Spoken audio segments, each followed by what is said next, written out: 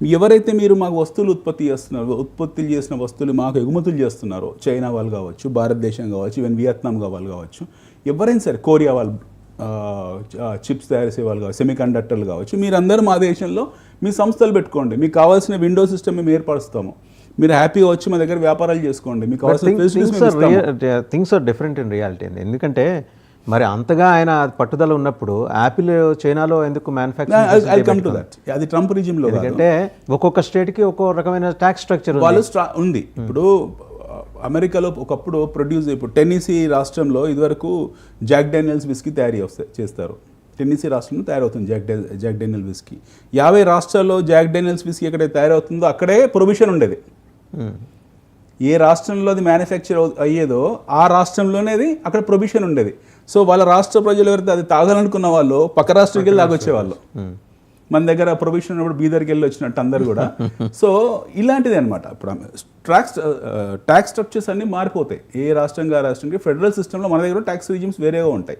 ఈ ఫెడరల్ సిస్టంలో ఉన్న అడ్వాంటేజ్ డిసడ్వాంటేజ్, ట్యాక్సెస్ ఎక్కువ ఉంటాయి. ఇప్పుడు 100 రూపాయలు కష్టపడి ఏదో ఒక ప్రోడక్ట్ మీద సంపాదిస్తే 40 నుంచి 60 రూపాయలు ట్యాక్స్ కట్టమంటే ఎక్కడ కడతాడు? అందుకనే వాడు యాపిల్ వాడు వెళ్ళి చైనాలో పెట్టుకొని he wanted to bring back all his అది అలా చాలా ఉన్నాయి సార్. మనం హాలిడేస్ ఇవ్వాలి, అతను ట్యాక్స్ హాలిడేస్ ఇవ్వాలి, లేకపోతే కొన్ని అదొక్కటే మాట్లాడలేము. ఒక కంపెనీ ఇంకో దేశం వెళ్ళిందంటే 1,00,000 కారణాలు ఉంటాయి. యాపిల్ వాళ్ళు చైనాకు వెళ్ళారంటే ఒకటి వాళ్ళకి సెమీ కండక్టర్ వాళ్ళకి ప్రతి వస్తువుకు సెమీ కండక్టర్ అవసరం. సెమీ కండక్టర్ ఎవరు తయారు చేస్తారు? కొరియా తయారు చేస్తుంది, తైవాన్ తయారు చేస్తుంది. తైవాన్ మీద చైనా ఎప్పటి నుంచో కన్నేస్తుంది. ఓకే, వాళ్ళకి సీమ్లెస్ వస్తువులు వస్తాయి కొరియా నుండి, తైవాన్ నుంచి వాళ్ళకి సెమీ కండక్టర్లు వస్తాయి. తైవాన్ నుంచి వచ్చే సెమీ కండక్టర్స్ చైనాకు వచ్చే వాటి రేట్ ఒక రేట్ ఉంటుంది. తైవాన్ నుంచి అమెరికాకు వెళ్ళేదాన్ని ఒక రేట్ ఉంటుంది. అక్కడ మళ్ళీ ఎగుమతి సుంకాలు వేరే ఉంటాయి, ఇంటర్నల్ ట్యాక్స్ లాస్ వేరే ఉంటాయి. ఈ గోల్ అంత ఎందుకు తీసుకెళ్ళి చైనాలో పడేస్తే వాడు చూసుకుంటాడు కదా, రా మెటీరియల్ ఇప్పుడు చీప్ లేబర్ తగులుతుంది కదా అని చెప్పేసి ఆ ఉద్దేశంతో వాళ్ళు యాపిల్ని 100% షిఫ్ట్ చేశారు. ఎక్కడికి? చైనా షిఫ్ట్ చేశారు. నవ్వు చైనా నుంచి ఏం జరిగింది? అది భారతదేశం రావడం మొదలైంది, గుజరాత్కు. Now Apple wanted to come to India. Holistically Apple wanted to shift 100% their facility to India. కారణం ఏంటి? India has become more viable for them than China. So ఈ వ్యాపారవేత్తలకి ఎక్కడ లాభం వస్తుందో, లేకపోతే ఎక్కడ వాళ్ళకు ఫెసిలిటీస్ ఉంటాయో చూస్తారు తప్పిస్తే అది మా హోమ్ ల్యాండా లేకపోతే పక్క వాళ్ళ ల్యాండా వాళ్ళకి సంబంధం లేదు. సరే, అది దాంతోపాటు సార్ నేను ఇది అడుగుతున్నా కదా, టెస్లా ఆ 8,000 కార్స్ ఎందుకని జర్మనీ నుంచి ఇక్కడికి రూటింగ్ తెలియదు కదా. ఇప్పుడు ట్యాక్స్ లాస్ ఏమున్నాయో, లేకపోతే మన దగ్గర ఇప్పుడు ఇందాక మనం అనుకున్నట్టే అమెరికాలో మాగా ఎలా ఉందో మనం కూడా we're also very stringent on certain policies. మన దగ్గర యూనిట్ పెట్టుకొని మన వాళ్ళు అని ఉంటారు. లేకపోతే ఆల్రెడీ జరిగింది అదే కదా, ఇద్దరు కూడా మేము ఇంపోర్ట్ చేసుకోము, డైరెక్ట్గా మేము మ్యానుఫ్యాక్చరింగ్ యూనిట్స్ పెట్టుకొని చెప్తేనే హుండా ఇండియాకి వచ్చింది. That is the reason why Ford has come to Chennai, why Hyundai has come to Chennai, why Suzuki has partnered with Maruti some time back. So మన లాస్ మనకున్నాయి. అమెరికాకి ఎలాంటి లాస్ ఉన్నాయి, మన లాస్ మనకున్నాయి. ఇప్పుడు 100% వాళ్ళు మనకి ఎక్స్పోర్ట్ చేయాలి లేదా మనం ఇంపోర్ట్ చేయాలనుకుంటే ఖచ్చితంగా బై ఫర్ ఎయిర్ అవ్వాల్సి ఉంటుంది వాళ్ళు వయా జర్మనీ. ఎందుకంటే డైలమీర్ ఉంది జర్మనీలో ఫెసిలిటీస్ ఉన్నాయి, state of art manufacturing units ఉన్నాయి వాళ్ళకు. సో మన దగ్గర భవిష్యత్ టెస్ట్లకు సంబంధించిన మ్యానుఫ్యాక్చరింగ్ యూనిట్స్ లేవు కూడా.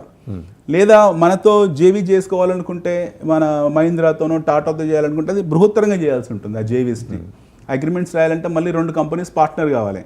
సో వాళ్ళు ఎస్టాబ్లిష్ అయ్యేవారు కూడా వాళ్ళు రూట్ చేయాలనుకుంటున్నారు ఇండియాకు. ఒకప్పుడు ఒపెల్ కంపెనీకి మనకి జర్మనీ నుంచి వచ్చేది, అలా వాళ్ళు రూట్స్ క్లంబర్జర్స్ ఉన్నాయి, వాళ్ళు మన జర్మనీ నుంచి వస్తాయి, అలాగా వాళ్ళు రూట్ చేయాలని చూస్తున్నారు.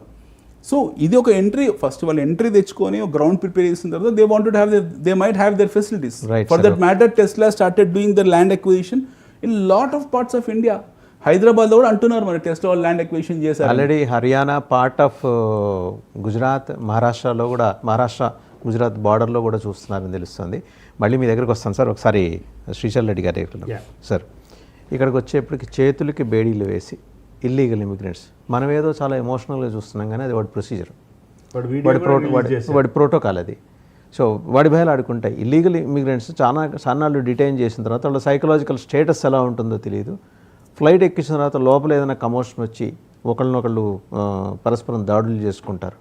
అండ్ ఆ మానసిక స్థితి పూర్తిగా సర్దేసిన తర్వాత పంపించడం కాదు కదా, ఉన్నోళ్ళు ఉన్నట్టు లెక్కగట్టి పంపిస్తున్నారు. ప్రస్తుతానికి అది 3.5 లక్షలు కాకపోయినా 18,000 ఐడెంటిఫై చేశారు బ్యాచెస్ వారి.